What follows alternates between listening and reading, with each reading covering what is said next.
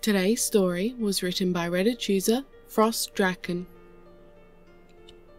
A large rocky-shelled organism drifted in the void. Its masters had departed, leaving it floating in the deep, cold dark of space. But it wasn't alone. A young yellow star blazed balefully in the far distance. The organism watched with its ocular organs. Using a set of complex muscles, it moved the internals of its ocular organs around, magnifying the surface of its distant target. The small grey ball of hot rock and steam floated through the dark, orbiting that single golden sphere. There was nothing on the surface, no signals to intercept. The organism's duty was simply to observe. As there was nothing yet to observe, the organism closed its eye and slept. The organism woke sometime later. It did not have a concept of how much time had passed, simply that it had. The grey ball was gone, or rather, it had changed in the organism's absence. The single-world ocean was deep and empty, nothing alive in its depths that the observer could see. But it knew deep in its mind that there was life on the world, life planted there by its masters in the planet's infancy. It would need to keep a close eye on this world. Water worlds always surprised in their results. The organism closed its eye and went to sleep again.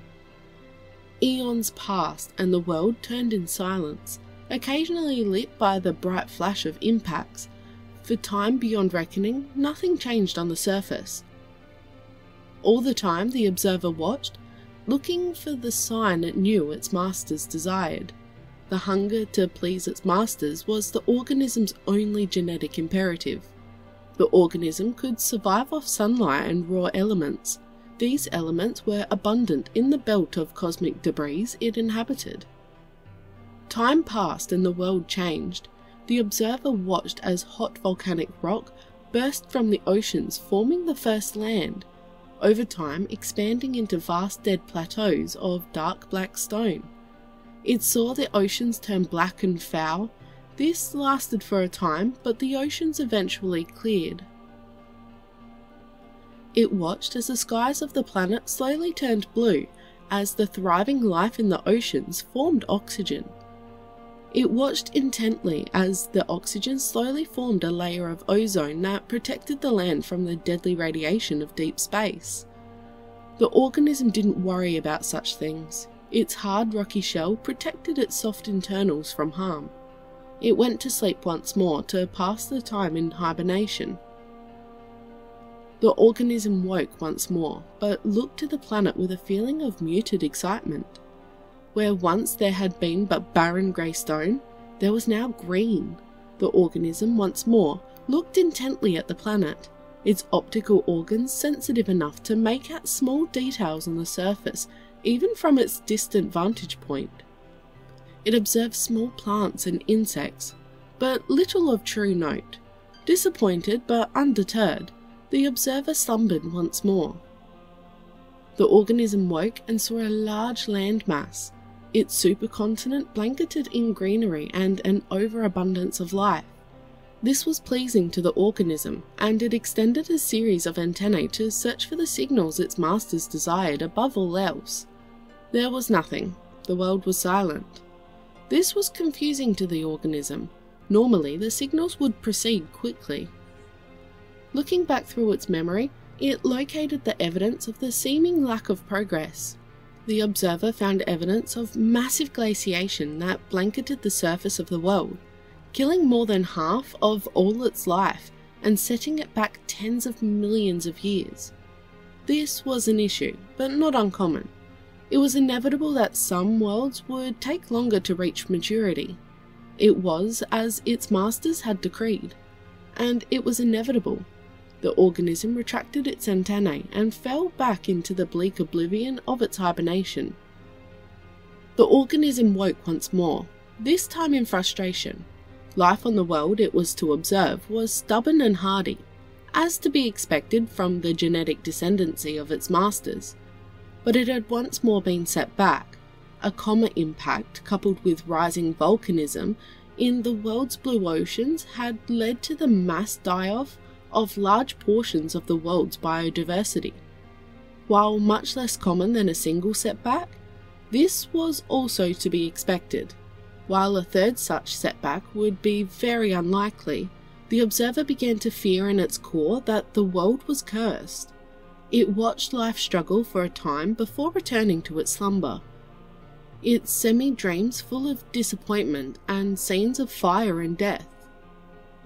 The organism woke to see the world burning. A volcanic eruption of absolutely titanic proportions was tearing the planet apart. The organism closed its eye in disbelief. No planet could take that kind of punishment and survive. It began to give up hope. Its mission was over. It had failed its masters. It felt sorrow for the first time in its eons-long existence. It had no wish to see these hardy creatures destroyed. They had come so far, only to be snuffed out like a flame in water. The organism zoomed its eye in on the surface of the world and stopped. No, it couldn't be. There was still life on the surface, clinging to the sides of cliffs and along the shores of toxic lakes. But it was still life.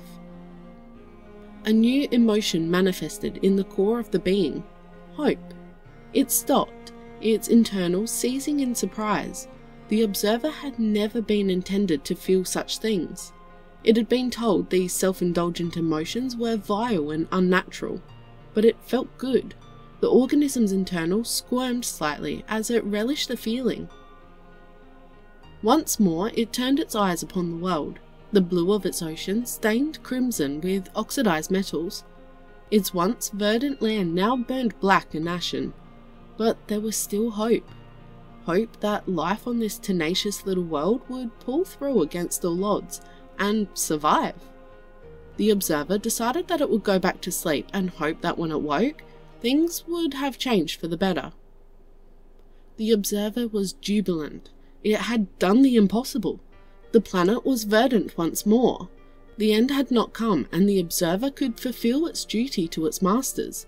This gave their entity pause. Its duty, its mission. Surely that was its main priority at this point. It was the reason the organism had been created after all. But the more the observer thought about it, the more it seemed to sway away from the idea. It knew its masters were cold and passionless. Would they destroy this world like they had so many others? Could they in good conscience let that happen after the struggle that its inhabitants had been through? And that's when the organism realised it had been sitting, waiting so long, it had outgrown its mission. They had been observing the world almost twice as long as they had ever been expected to.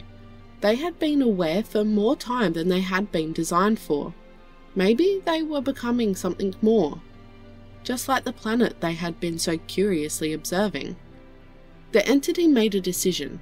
It could not contact its masters. It couldn't. This world was special. It had to be protected, at all costs. Thinking this final thought, the organism settled back into hibernation, awaiting the moment they could see the fruit of their protection. With a cold wave of fear, the observer awoke again. This time it took a few moments to realize what was happening. And when it did, it lamented. The world was burning once more. How was this even possible? A large comet had struck the planet and caused an upwelling of magma to burst. The resulting supervolcano blanketed the world in stinging ash and acidic waste. The organism tried to penetrate the thick noxious cloud cover, but the dust was too thick.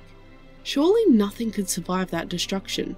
Not only the fires, but the darkness and cold, the acid rains and earthquakes. All these followed up by a heavy increase in warming gases that would drastically alter the climate of the world. After a time, the clouds began to settle and the rain ceased. The world left was a charred, freezing hell, devoid of most large life, but still miraculously not dead. The observer was in disbelief. Throughout the uncounted millions of years, its masters had hunted in the darkness. They had never seen a world destroyed so many times, and yet the world lived. its life seemingly indestructible. The organism would have smiled if it was able. These creatures would be special. They would be like nothing the universe had ever seen. The organism slumbered again, confident that the next time it awoke, its friends would be there to greet them. The organism awoke after a length of time. It was confused. It hadn't been that long since it had last awoken, less than 500,000 revolutions of the planet around its star. It wondered for a moment what had stirred it from its slumber. As it looked to the planet expecting to see the same verdant landscape as before, its eye almost burst from its socket. There were shimmering structures across the width and breadth of the planet. There were structures on the moon. There were even structures on the fourth planet, its rust-coloured surface marred by the shining of metallic domes. It was incredible. It had taken them longer to get to this point than any other the observer had ever known of, but when it had progressed faster than they would have ever believed possible. The entity nearly died of shock as it detected a warp rift approaching, but the signature was not that of its masters, but rather strange and unfamiliar. It watched in fascination as a gleaming metal object exited its warp bubble and made its way to the planet. It was too incredible, but they had discovered its master's tech long before it should have been possible. These creatures were indeed special. The organism made a mental note to keep an eye out for dangerous warp signals and settled down to observe. The organism unfurled its solar collector membranes and basked, raising its energy levels to a maximum for the first time in its long life. It would need it if it was to activate all its internal components. First, it observed the creatures as they moved and played. They seemed limitlessly curious and could solve any problem they encountered. They had harnessed fire, then the atom, and now the very fabric of space itself was their plaything. They moved around frantically, seemingly in a rush. The organism was saddened to see the shortness of their lives, but it gladdened them to know that they seemed to find joy in it all the same. The observer delighted in their activities. They were so industrious, first colonizing the inner system, and then flinging themselves to the outer system as if in desperation. The organism was still mainly concealed. From a distance, they looked like any other asteroid in the deep of space. They debated whether it was any benefit to remain hidden. Mustering their courage, another new emotion for them, they decided to take the leap, extending their broadcasting antenna and warming up their radio organ. They started to broadcast a signal that their charges wouldn't be able to resist. Captain Yulan of the CMS Durango stood on the main command deck with his arms crossed behind his back. It was good to be protecting the homeworld. Yulan wasn't from Earth himself, but rather a small colony world near the fringes of the Union. With the escalating tensions between humanity and the recently discovered Vinifel, now was the time to remain vigilant. He would not be found wanting when the time came to shed blood. Yulan was interrupted out of his thoughts by a female voice calling to him from the other side of the command bridge. Captain Yulan, we have an unidentified signal coming from deep in the asteroid belt." His first mate, Ensign Simmons, called to him. Yulan turned to the brown-haired woman and asked, "Yeah, what is the problem?" She looked at a chart and then back to him and said, "Well, first of all, there isn't anything out there, no ships or stations." He shook his head and walked towards her across the slightly textured flooring. "Okay, so some unregistered miner or prospector? Maybe a rogue satellite?" He finished with a wave of his hand. She shook her head and said, "That's what I thought too, until I saw the message. Look, what do you make of this?" She asked him while gesturing at a small screen. She leaned to the side in her chair as he approached, so he could get a clearer look. Yulan looked at her screen and then leaned closer. He looked at Simmons and then back to the screen before reading aloud. "Creatures of the third planet, I have watched since time immemorial, and believe you have grown enough to know the truth of things. Meet with me, and I will bestow the truth upon you." He stopped and then sat down on the seat next to her station. She just looked at him and asked, What do we do?" He shook his head. What was this? Some sort of elaborate prank? But what if it wasn't? What if there was something out there? Something ancient? Yulane noticed Simmons staring at him, and he shook his head slightly before passing his hands over his face, looking at his second and asked, "Who else has seen this?" She looked around and lowered her voice before saying, "Nobody else, and we are the closest ship by far. We likely have a few hours before anyone else picks up the message. We should send a coded message to the fleet base at Mars. Let them know we are investigating." He nodded as she finished. It was a good idea. "Sounds good. Do it. In the meantime, set a course for the signal's origin. We will get to the bottom of this one way or another," he said with slightly more confidence than he was actually feeling. He turned from Simmons' console and walked along the textured walkway back to his earlier position.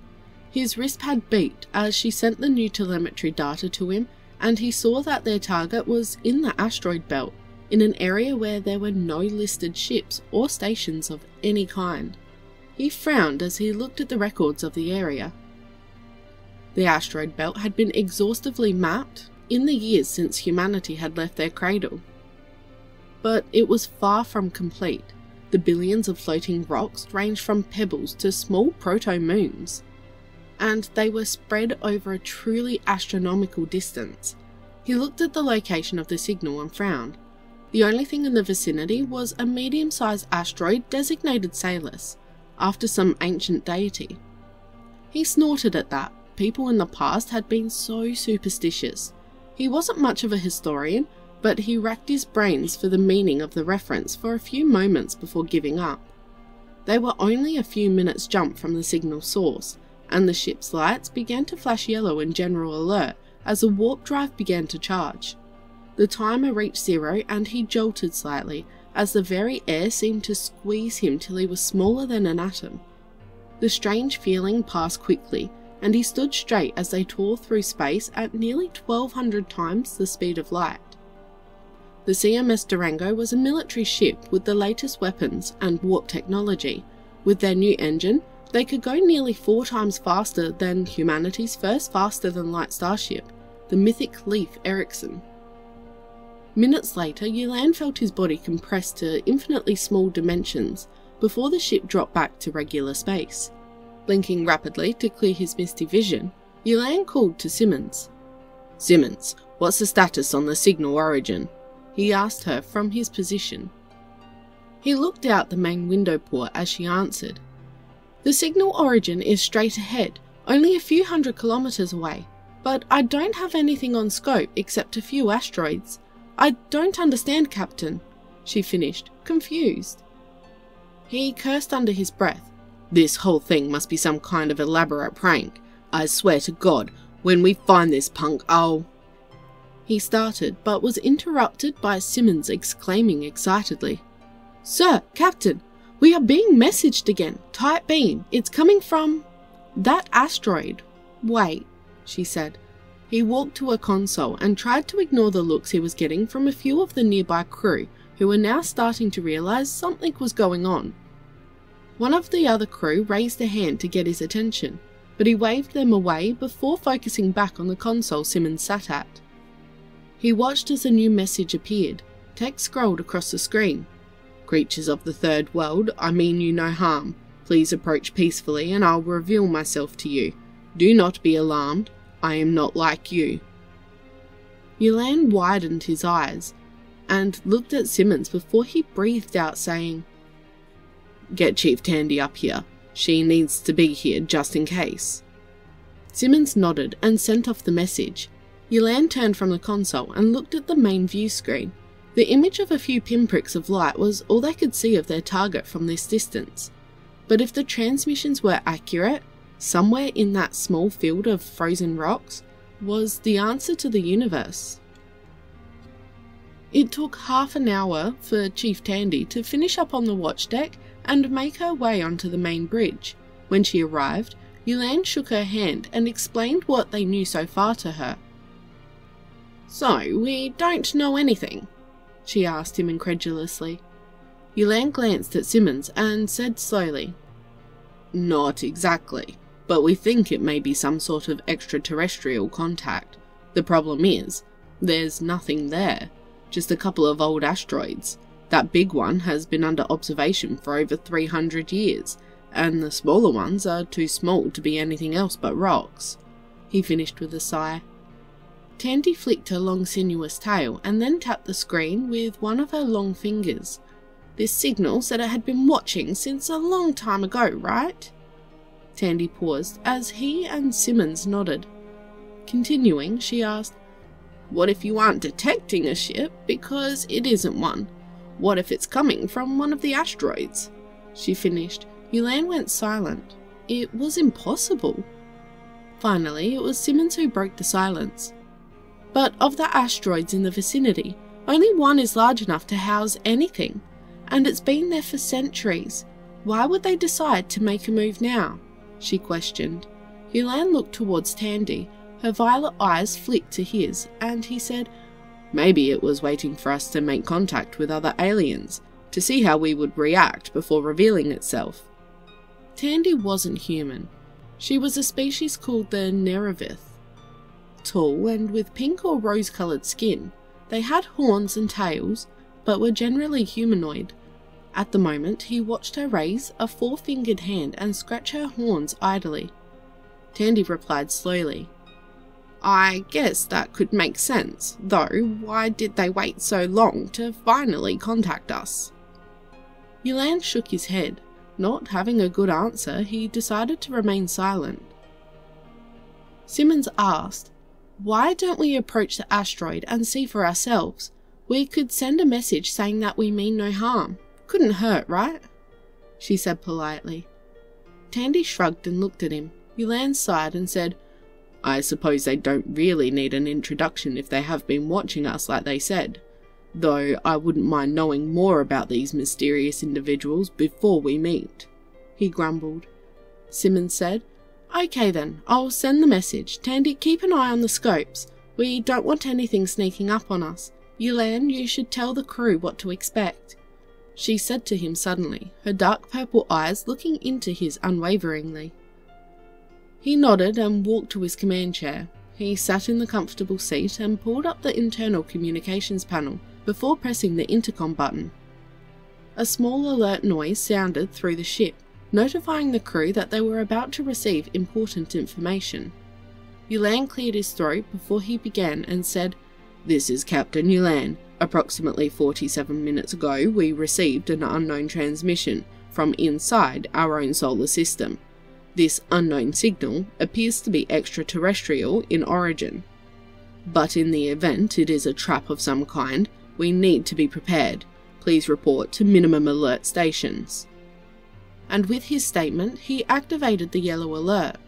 The lights on the wall flashed a dull yellow, and a klaxon could be heard before it cut off moments later. The sound of running feet was heard a little later, and a few additional crew scurried onto the bridge, a mix of humans and Nerevith, as well as a single Swaneth.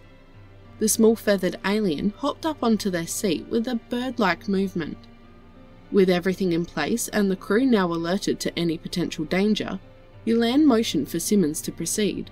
She nodded and sent out a tight beam communication to the largest asteroid. Yulan waited. The asteroid was some distance away still, but he could make out its surface through the telescope image. It seemed a bit fuzzy though, as if there was some sort of dust or haze in the way. Putting the strange phenomenon out of his mind, he sat tight and waited for something, anything to happen. After what felt like an hour of waiting, the receiver detected an incoming message. He sat up with a jolt and straightened his uniform before opening the communications board on his console. As Yulan read over the message, his eyes widened. It seemed like the asteroid was indeed the source of the message. As to why it had taken so long to respond, it mentioned that it didn't really have a lot of experience communicating, and it was a bit nervous. He chuckled at the thought. Shy aliens? Who would have guessed? The message said that they were welcome to approach in peace, as they put it. The messenger described themselves as the Watcher, and warned that their appearance may be shocking to them. Yulan wasn't sure what to make of that last part of the message.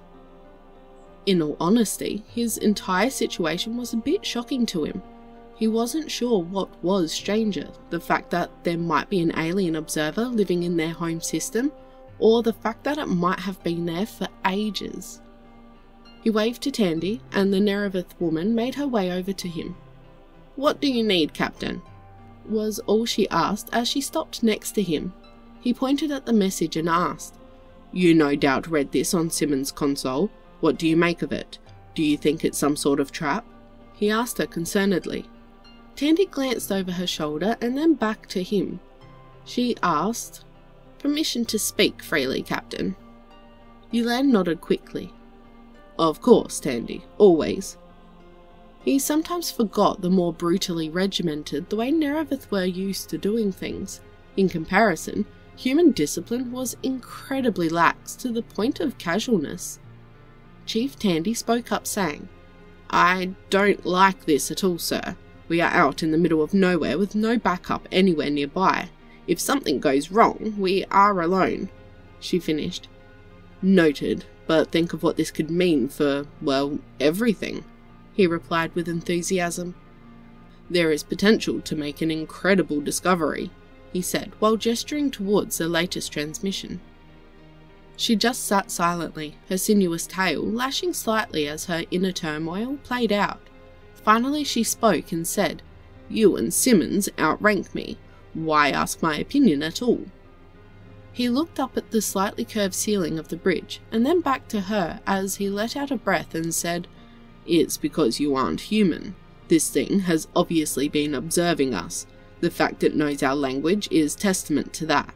The fact remains, however, that it has only been observing Earth. If it is to be believed, I think your unique perspective and the fact that you are not human will help us to glean our mysterious messenger's true motives." He looked into her violet eyes as she nodded. She sat quietly. "I understand. I believe. You want to make sure that this thing is truly benign, and not trying to pull some sort of trick." He nodded at her comment and she said, "Well then, I see no real reason not to proceed." Yulan looked over towards Simmons and nodded to her. She sent a message that the ship was ready to make the approach and he gave her the all clear. It was time to see just what their mysterious friend had in store. The observer was hesitant. The creatures had heard their message and had approached in a ship made of alloy torn from the ground of their homeworld. They seemed to be willing to meet with them peacefully, but the observer detected weapons on their vessel. Not very surprising considering how they had fought tooth and nail to claw themselves out of their planet's gravity well. Their latest message had implied that they would be on their way soon, but they still sat, unmoving. Just as they were debating whether or not to send another comforting message, the ship began to move. The observer watched warily with some of its secondary ocular organs, the ship showing as a bright pinprick in the background of space at this distance. It slowly grew and gained definition until the observer could start to make out individual details on the surface of the ship.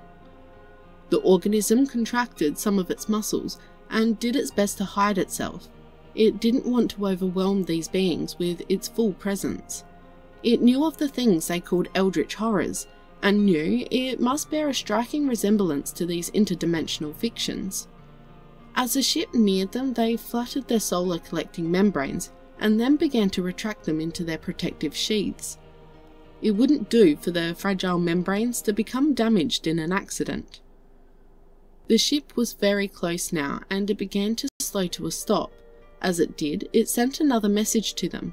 This time accompanied with the message was a more complex information stream. An image. The image of a strange creature manifested in the depths of the organism's mind. The creature was odd. It only had 2 legs and 2 manipulator appendages with 5 smaller digits each. The creature's main sensory organs were all located on a strange protuberance on the top of its body. They assumed that it made more sense in the gravity well of a planet, as in space such an arrangement would be quite useless. The creature introduced itself with a sound that they had not heard before. They didn't understand its meaning and asked, "I must ask what the meaning of the word Yulan is. Its meaning is unfamiliar to me." The creature stopped and cocked its sensory appendage. It seemed to be at a loss for words. Maybe it had taken offense to the question. Before the observer had an opportunity to apologize, the creature from the lucky planet spoke. "Yulan, it's my name, you know." The entity was dumbfounded. It had a name, a sound that it used to identify itself. It made so much sense now. "Oh, I had heard these names before, but was until now uncertain as to the absolute meaning of them. Sometimes they seem to have multiple meanings, like the name April, for example," the observer told Yulan. Yulan's image seemed to think it over before they spoke again, saying, "Okay, I guess that makes sense. Now I have a question for you. I suppose you don't have a name then?" they asked them. They searched their mind for an answer but had none. "I have never been given a name, no, and you may ask your question," the observer stated to the creature on the metal ship. The image of the creature named Yulan seemed to waver slightly before the figure asked, "What are you, and how are you communicating from an asteroid?" The organism mulled the questions over and tried to simplify it by saying, "I was left here as an observer by my masters to report on your evolutionary status. I have since rescinded my original mission and decided to reveal myself to you. As for how I am communicating, I am sending your vessel a series of radio signals. It will then translate into recognizable speech," they said without embellishment. The figure named Yulan seemed to be at a loss for words as they looked to their side a few times before replying. "I think I understand. Are you alive, though?" The observer tensed slightly. They might have thought they were a robotic organism. But what was life but organic robotics? Preparing for anything, they decided to introduce themselves formally. "I am alive. Please do not be alarmed, but I will show myself to you if you wish." The image of the creature seemed to be surprised, and their two eyes widened as the observer unfurled their solar membranes and stabilization tendrils. The creature took a step back before shaking their main sensory appendage and saying, "Well, that's not really what I was expecting, I guess." Yulan took a step back in shock as the asteroid began to change. Camouflage openings all over its surface opened and fleshy tendrils slithered out. He watched as two larger openings to the sides of the rock opened and large, almost opaque sheets of material unfurled from the depths of them.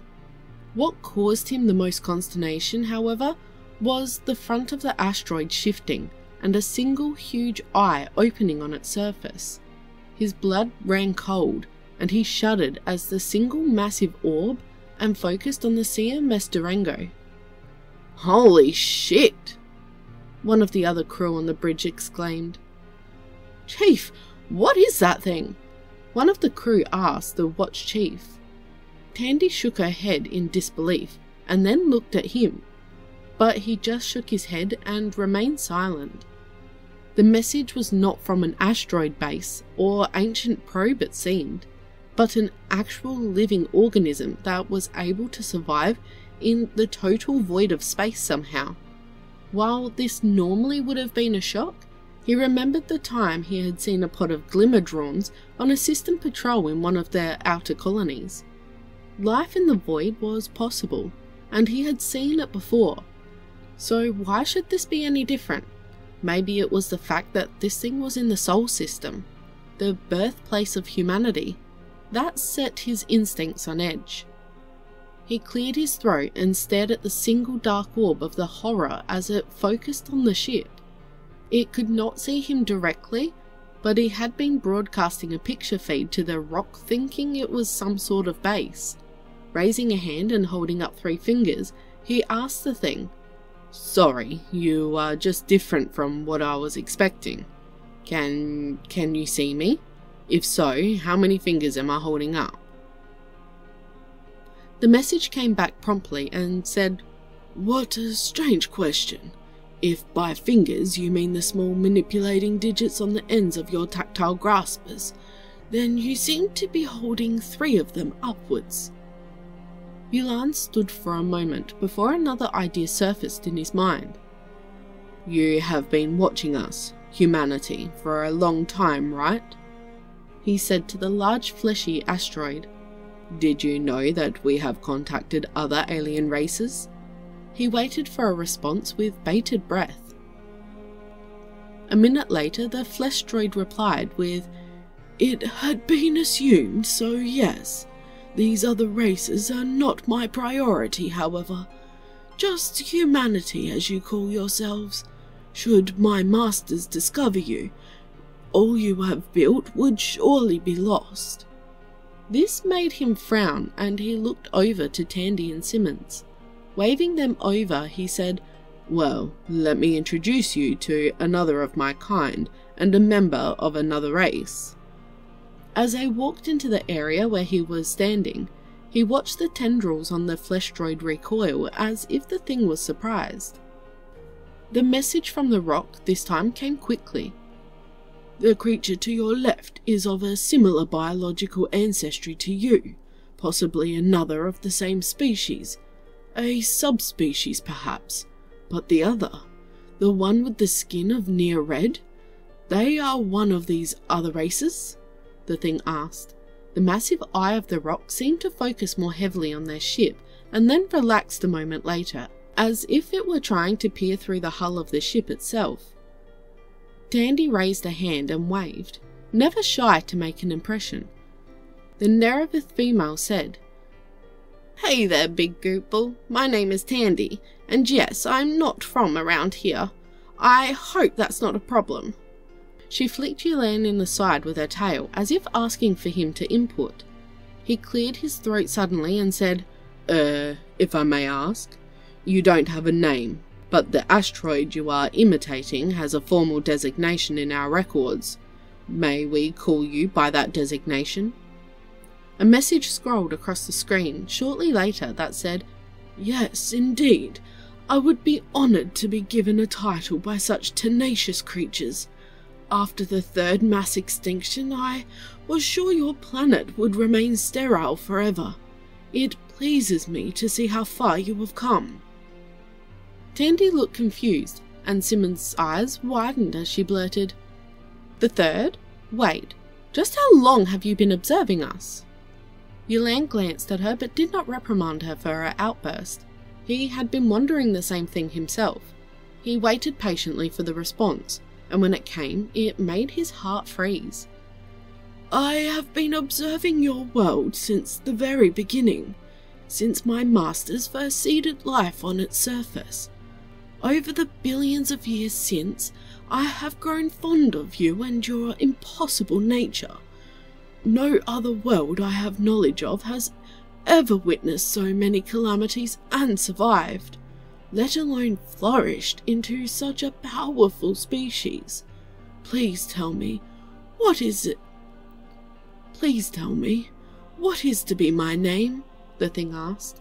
Yulan had to rack his brain for the information as it was spinning with the new revelations he had just received. "Your name? We designated you Salus." He watched as the message went silent for a long while. Finally, Salus replied, "Salus. It seems fitting, does it not? It remains. I am here. I am willing to offer my knowledge of the Masters freely. Please allow me to help you as you have helped me."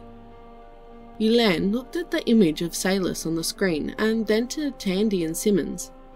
"I think we're going to need to call for backup," he said as they nodded.